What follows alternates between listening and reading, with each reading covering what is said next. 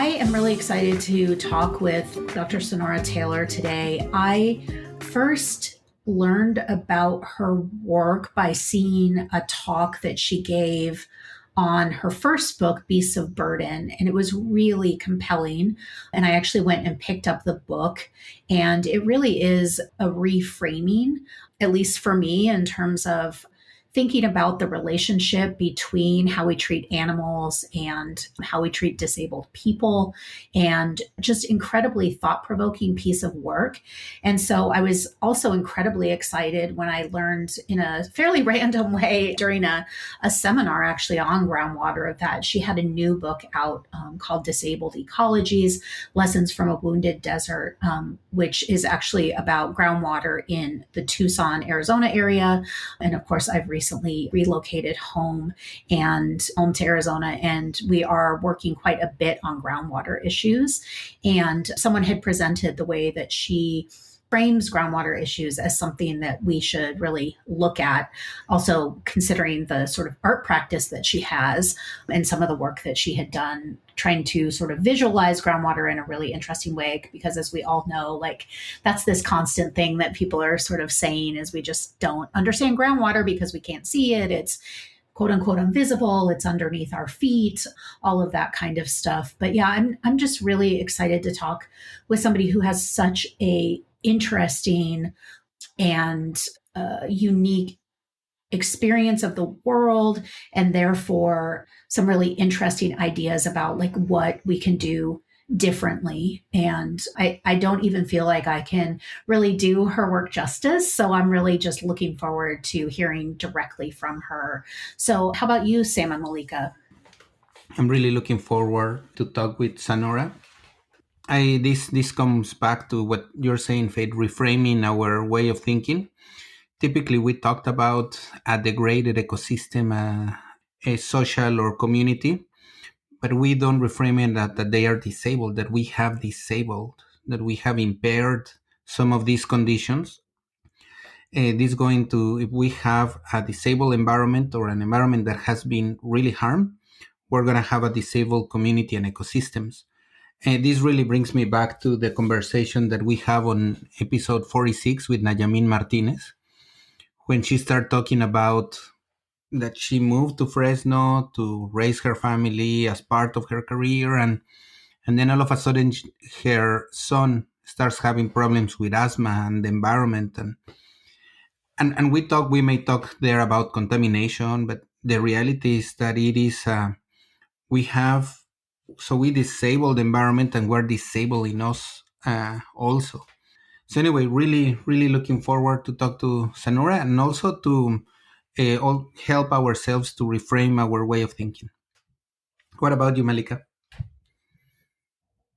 I will just say I do something I always do when we are going to talk to somebody on Water Talk, which is I Google them. And I think it's interesting that when I searched for Sunaura Taylor, she comes up as an artist. And I was just looking at some of the artwork on her website, and it's so beautiful and compelling that I would strongly recommend to listeners to do what I did and to look at some of this artwork. It's really amazing. And it made me even more excited to talk with her and listen to what she has to say and to learn from her. It made me feel uncomfortable in like a good way, you know? And that's my favorite kind of artwork. So yeah, really looking forward to this conversation.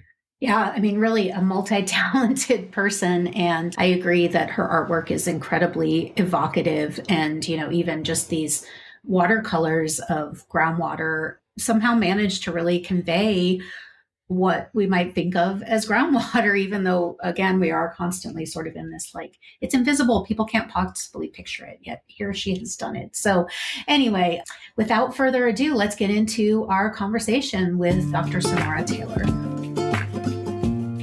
Welcome to Water Talk. For today's episode, we are talking with Dr. Sunaura Taylor. Sunaura is an assistant professor in the Department of Environmental Science, Policy and Management at UC Berkeley, who focuses primarily on critical disability studies. She is a scholar and an artist who works at the intersection of disability studies, environmental humanities, animal studies, environmental justice, and art practice. Her research situates disability and ableism as central forces shaping human relationships to the more than human world. She is also the author of 2 books, Disabled Ecologies, Lessons from a Wounded Desert, and the award-winning Beasts of Burden, Animal and Disability Liberation.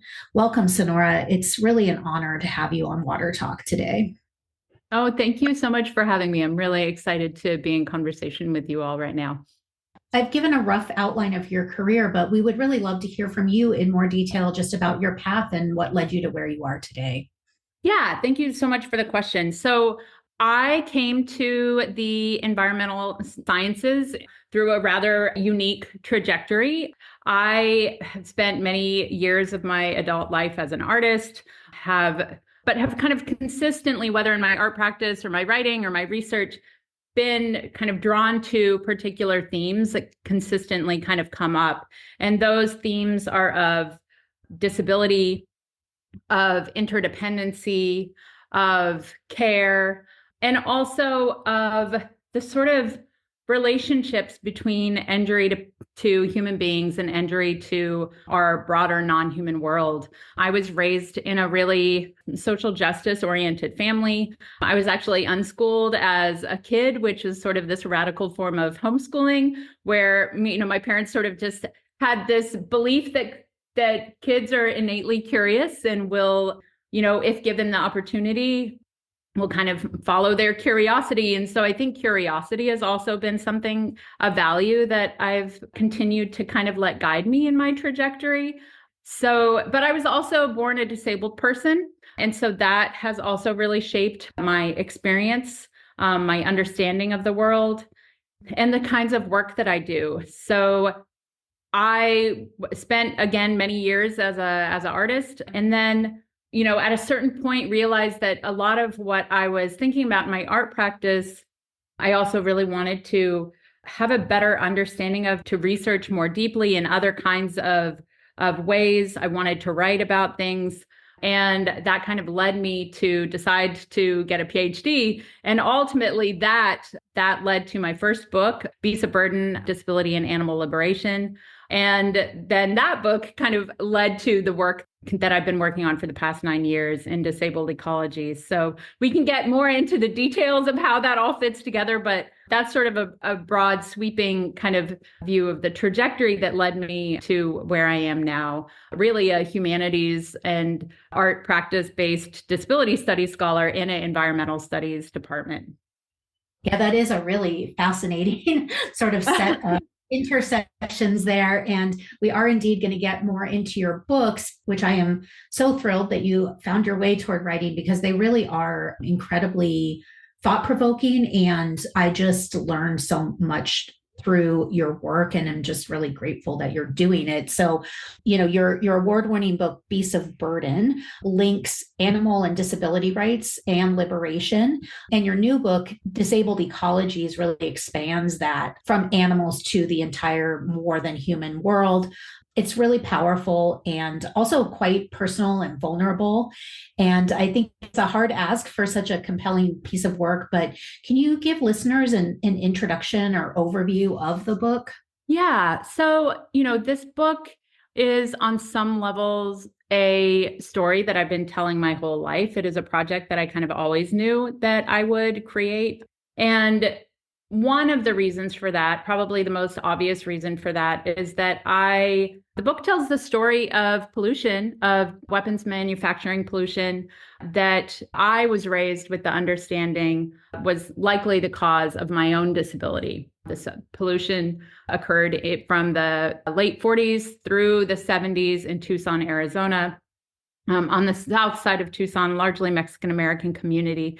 We can talk more about the details of what happened. But so I was raised with this understanding that this defense industry pollution was likely the cause of my own disability that I've had since birth. But I never went into this wanting to write a memoir. This book is not a memoir. It's not a sort of personal investigation of my own kind of journey. But my story is inseparable from the story that I tell, in part because having this story gave me ways of thinking about two of the main ideas that would ultimately shape this book. So I said a few minutes ago that there's been certain themes and stuff that I've always been kind of obsessed with or drawn to, despite my different kinds of mediums that I'm utilizing. And I would say that two of those themes are disability and nature. So from a really, really young age, I had an understanding that disability isn't an individual medical problem, that it's not a personal problem, that disability is a political issue, that disability can be caused by structures of violence, by war, by pollution, by racism, right? This was something that I understood from a really early age. And I also understood that it wasn't an individual experience, that it could impact a whole community. I also had an understanding that nature isn't separate from us, that a visceral understanding, right? That when we harm nature, we are harming ourselves. And those two concepts ultimately are the sort of crux of this book, a way of thinking politically about disability, but also an understanding that a way of thinking about or offering language for understanding the relationship between an injured nature, injured environment, injured ecologies, and then injured human beings, which I think in this moment is something that we're seeing, increasingly, with just the level of climate crisis, pollution crisis, extinction crises that we are seeing, right? And the impacts that those injuries to the environment, to our natural world, are having on human communities, and particularly vulnerable communities, right? Historically excluded, marginalized, oppressed communities. So these are kinds of the broad ideas that shape the book. The book also, it really does two things. It makes the case that disability is a really vital and urgently needed part of the environmental conversation that is largely absent in a politicized way in most environmental arenas. And then it also tells this story. It tells the story of what happened in Tucson, of this, one of the earliest environmental justice movements to have emerged in the country. The community organized and actually were really historically successful in a lot of ways in drawing attention to what happened to their community, and in struggling for their aquifer and struggling for the healthcare of their community. So I tell that story and really ground these broader kind of philosophical questions of injury and disability and care in this story of Tucson's justice community and Tucson's aquifer. Yeah, thank you so much for that. I am just learning more about the environmental justice community, I guess, in Tucson. And it is really interesting that it's, to me at this point, I see it as the center point for environmental justice conversations in Arizona. And so it's been really interesting to kind of learn about this particular history that I hadn't been aware of, and how it probably leads into kind of the strong community that exists in Tucson today.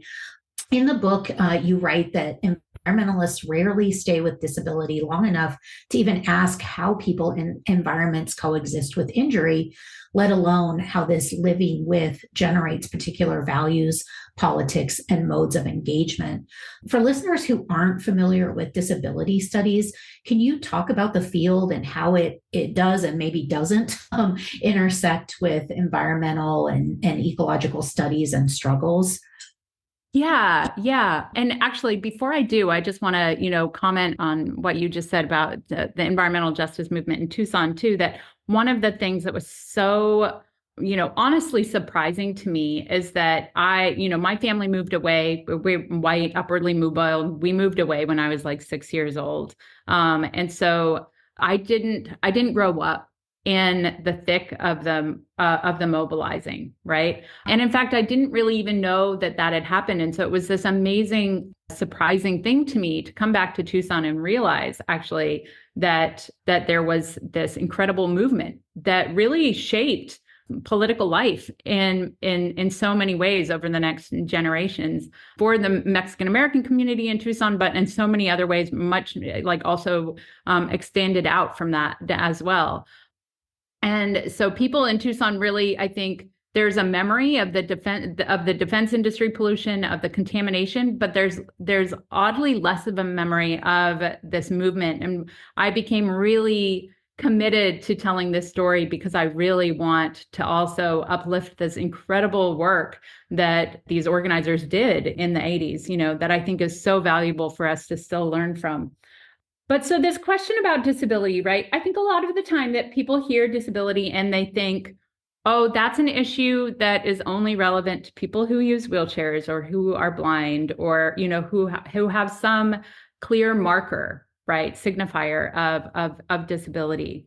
And one of the things that disability organizers, disability thinkers have shown over decades is that disability is something that is relevant to all of us, that shapes all of our realities. On a material individual level, we will all go in and out of disability throughout our lives. We all experience illness. We all age into bodies that no longer can do what we once, what we want them to do. We all can experience injury of periods where our bodies or our minds are not functioning the way that they once did or the way that we want them to. So there's that. There's the fact that disability is actually an integral experience to having a body, right? It is just part of the experience of being alive. And I'll just say really, on a really broad level, right, that one of the reasons why I think disability is such a central and under-examined arena within the environmental fields, whether we're talking about environmental activism or environmental sciences, is because disability is everywhere already, and yet it's so unmarked. I'm in this environmental studies department where what are we all working for? We're working for healthy environments for healthy people, right? But what does health mean? What do we mean by health when we're talking about that? And if what we are trying to achieve is health, then what do we have now? What is the language for that? When people talk about soil health or forest health or water health, community health, what are the unspoken politics that are embedded in that idea of health? And then again, what is it that we have now? And so for me, one of the things that I wanted to offer in this book is a language to describe the kinds of harms and injuries that our soil, our forests, our water, our communities are experiencing now. And for me, the language that makes the most sense is a language of disability. And partially that's because of the incredible theoretical and political work that disability scholars and activists and artists have done for decades that show us the multiple meanings that disability can have.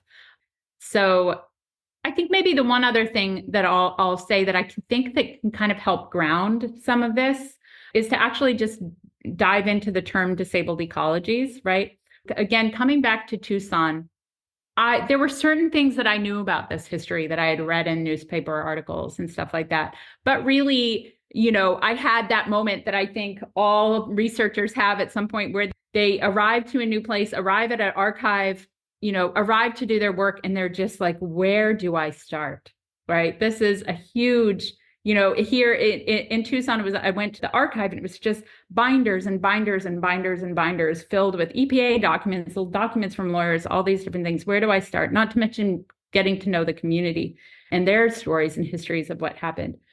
But I very quickly realized that the way for me to make sense of what happened in Tucson was to follow the trails of disability. And by that, I literally do mean to essentially map out the trails of injury that emerged from this toxic soup that Hughes Aircraft, now Raytheon, now RTX, that these weapons manufacturers dumped onto the Tucson desert, and to follow the trails of injury that emerged from that.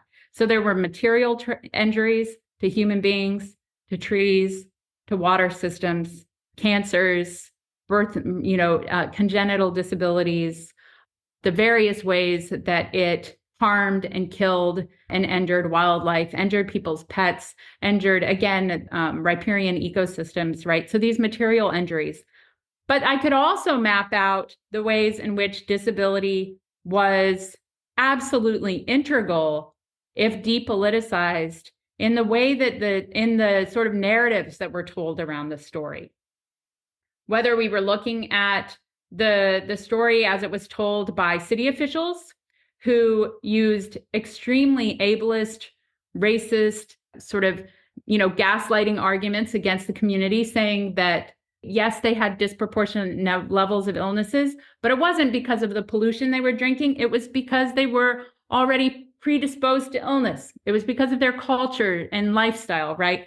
These ableist and, of course, deeply racist ways of utilizing the shame and insecurity that we are all supposed to feel internally about disability and illness, right? That maybe it is our own fault, that maybe we did something, right? And trying to utilize that against the community to not only deflect blame, but to shut them up, essentially. And luckily that didn't work. Instead, they utilized their story of disability and illness to expose the racism, to expose the long history of dispossession, to expose the impacts of these industries, right? So there's that. We could also look to the ways in which narratives of disability and health and illness were utilized by both sides of the legal debate. We could look at the way that they were utilized in the public health framings, in the journal, in the articles that were written about it, right? So essentially, disabled ecologies became a way of mapping. It's a way of mapping injury, but also of exposing how disability and related concepts sort of shape how we tell environmental stories. And the reason why I think it's so important to mark those is because disability can be used for extremely eugenic, exploitative, racist purposes. And it can be also it can also be a place from which people tell their own stories and develop sort of radical organizing politics too, right? It can be all sorts of different things, but unless we politicize it and mark it and actually see it as a central category that's worthy of investigation and analysis, then we won't be able to examine when it's being utilized for very exploitative eugenic purposes versus when it's sort of doing something else. Yeah, thank you so much for that. That is, it's just such a rich work. And I really encourage people to read and engage with this book and also with Beasts of Burden, because I also have been trying to read a lot of disability scholarship. And, for those of us, particularly, I'm 50 at this point and sort of went through my training during a time when I think people, things like population size, and there were all these sort of concepts that have now been exposed as being quite racist, having eugenic sort of origins. And overall, your book and the work of a lot of people who I really deeply appreciate for just helping me sort of bend my own sort of learning are just really reoriented. And I would say, disabled ecologies is similar for me anyway, in terms of just being this reorientation to many, many concepts that may or may not have been around a long time, including things like just basically when we talk about environmental health or, what any of those kinds of things mean.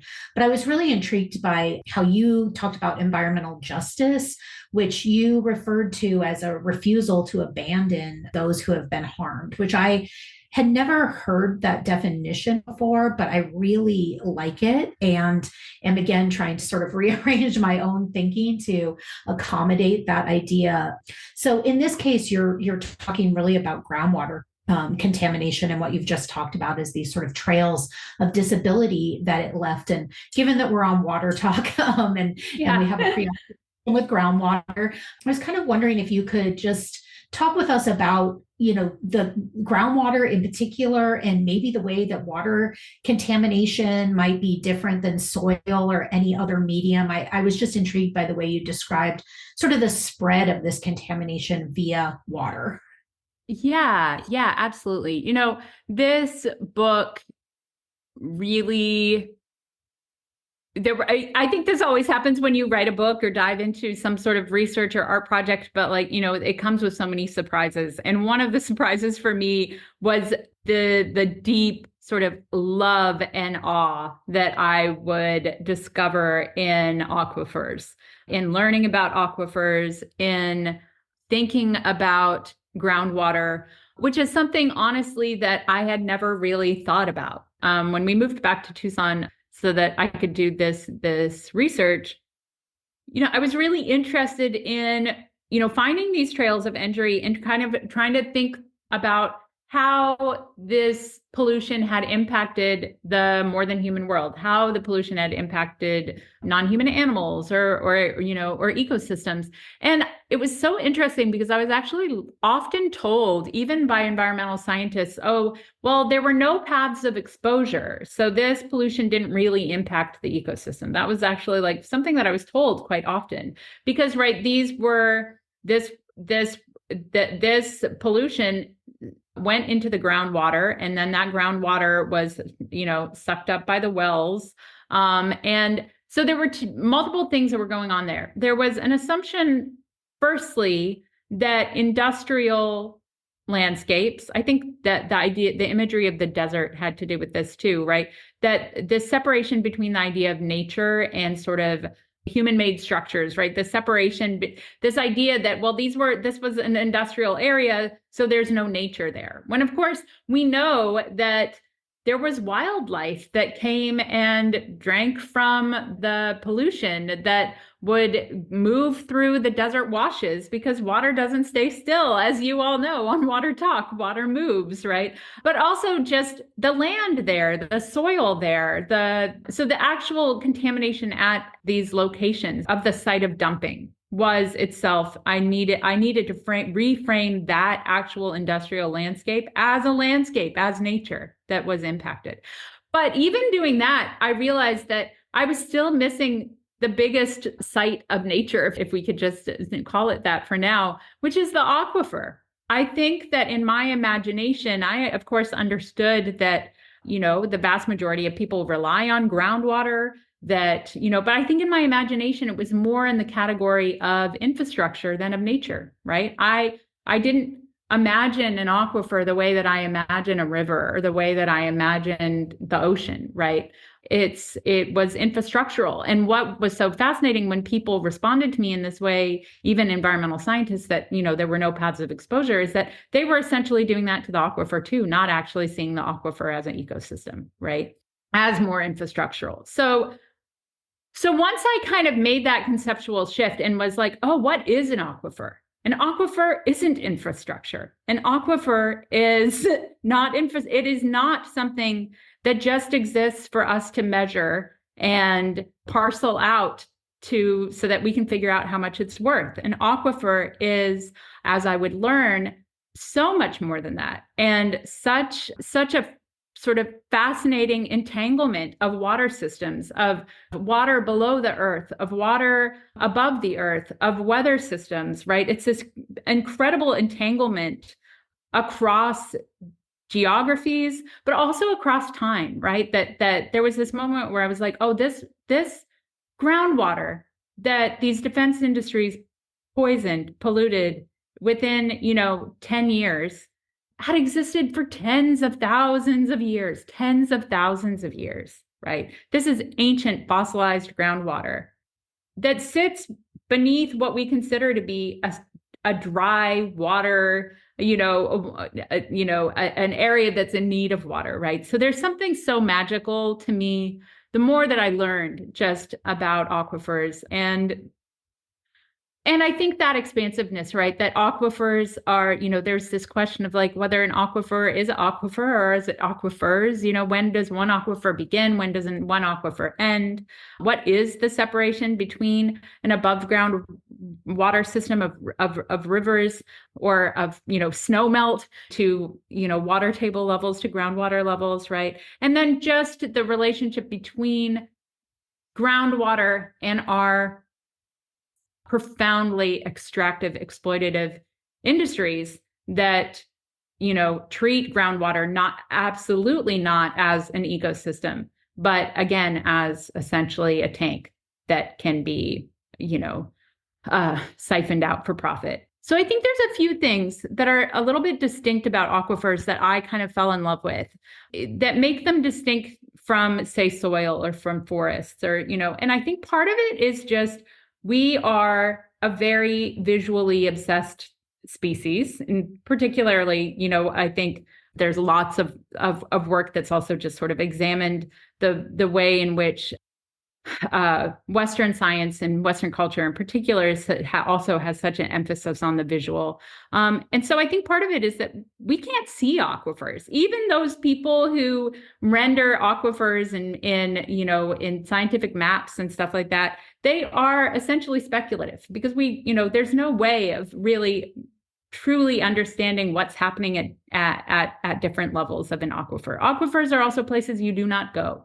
So I think there's something fascinating there about having to use our imaginations to understand something that we all is so infrastructurally part of our daily lives, and yet, it's as hard to imagine on some levels as outer space. And so I think that is something that I kind of found really fascinating thinking about aquifers. Sonora, I think it's really refreshing a lot of the conversation and the way that you describe the aquifers. For me, that was amazing. So refreshing, less of a technical, more than this personal, beyond concept way of describing it. Also, you describe pretty well in disabled ecologies the communities, largely Mexican American, that live above these contaminated aquifers in Tucson. And one of the things that you mentioned that you explained pretty well is the role of marginalized groups in orienting the struggle for justice, mm-hmm. and the way that they refuse the separation of environmental and human health.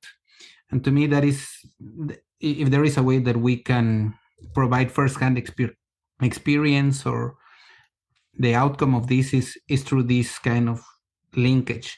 So why is this important? Why is this important to refuse the separation of environmental and human health?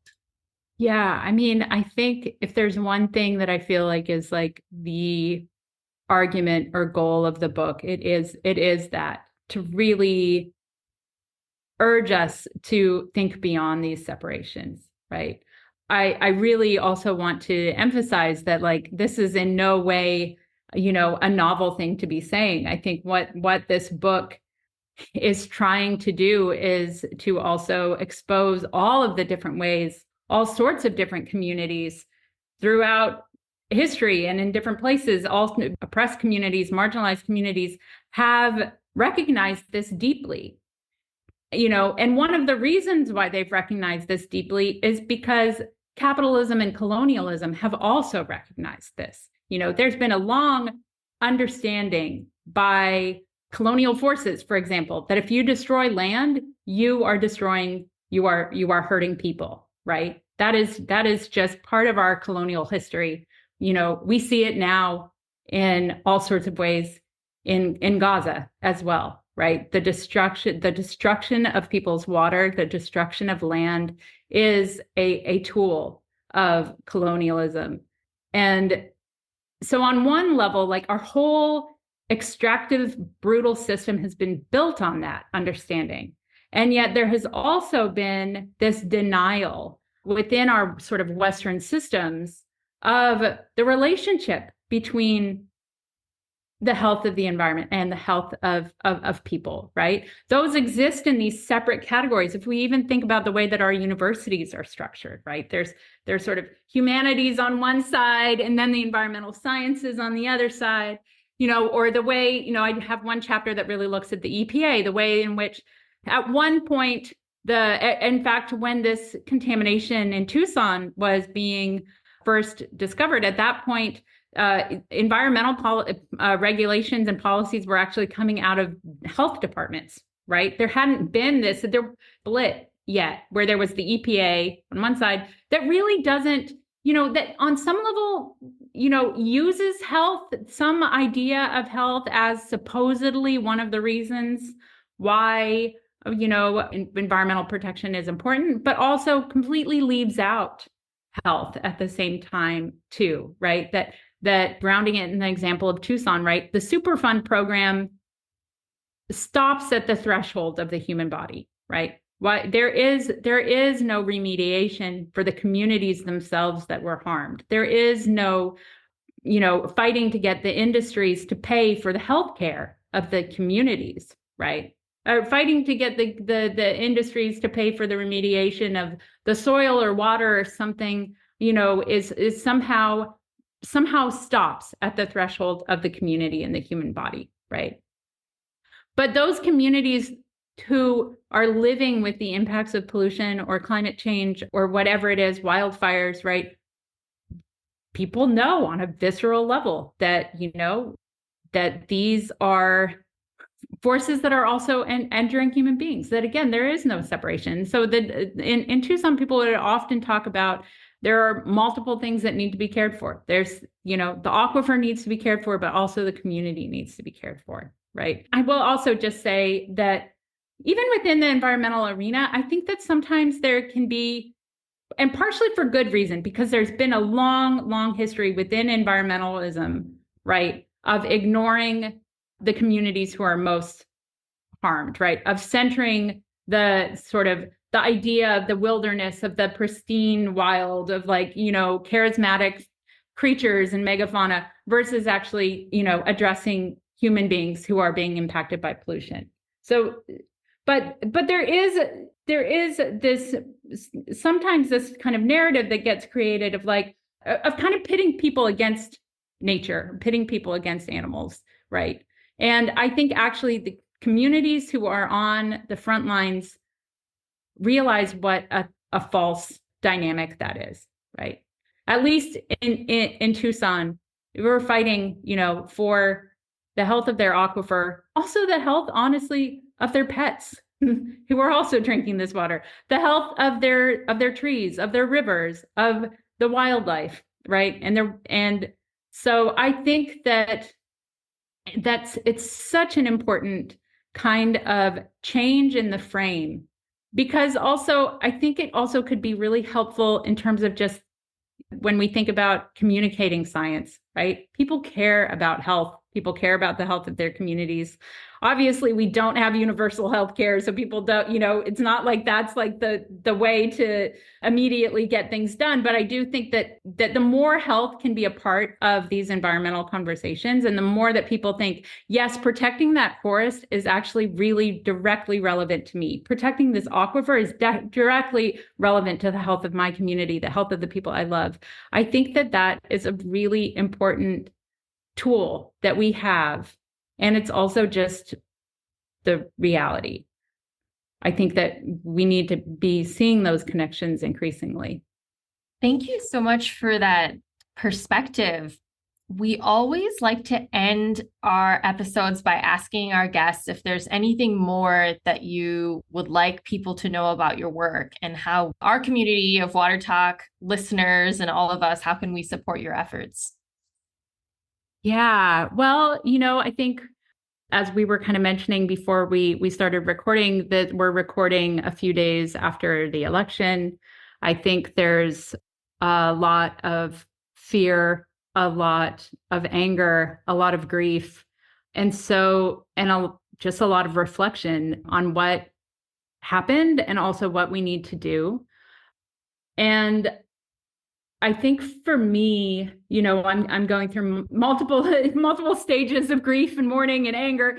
But I think one of the things that I'm just really trying to hold on to is that there's so much loss if we're thinking environmentally, if we're thinking about water, if we're thinking about our communities, about other species, and we're going to see so much loss in the next few years. And that one of the things that I really wanted to do in this book is to sort of show this kind of third path, maybe, or third sort of perspective that I think is kind of too often not made more present or visible. I think there's either this desire for for cure, essentially, right? Like that we will save nature, and we will, this kind of hope that we can just fix it, right? And then on this other level, this very apocalyptic doomsday kind of, the death of nature, everything's done. And I think for me as a disabled person, as someone in disabled community, right, in all sorts of different communities that have long lived with injury and, struggle in the face of harm and damage, right, that we need to find ways of living in that injury, while also resisting those forces that are still perpetually causing it. Yeah, so I think that that's just something that I'm holding on to right now, is like,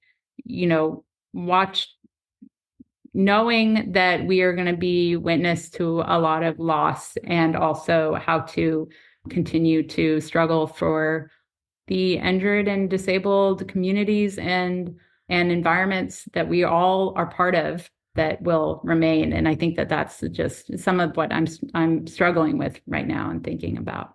Yeah, well, thank you so much, Sunaura. I think you'll have a lot of solidarity when it comes to us and the listeners as we try to figure out how we're moving forward. So thank you so much for your time and for joining us on Water Talk. We really appreciate it. Thank you for listening to the Water Talk podcast. I'm Faith Kearns, and I'm the Director of Research Communications with the Arizona Water Innovation Initiative at Arizona State University. My name is Samuel Sandoval. I'm a professor at UC Davis and a cooperative extension specialist in water resources management at the University of California Division of Agriculture and Natural Resources. I'm Molly Kanoko, Assistant Professor and State Extension Specialist in Agricultural Water Management at the University of Wisconsin-Madison. If you enjoy our show, please review, listen, like, and subscribe anywhere you get your podcasts. Please find transcripts and additional content at watertalkpodcast.com. Original music by Paloma Herrera Thomas.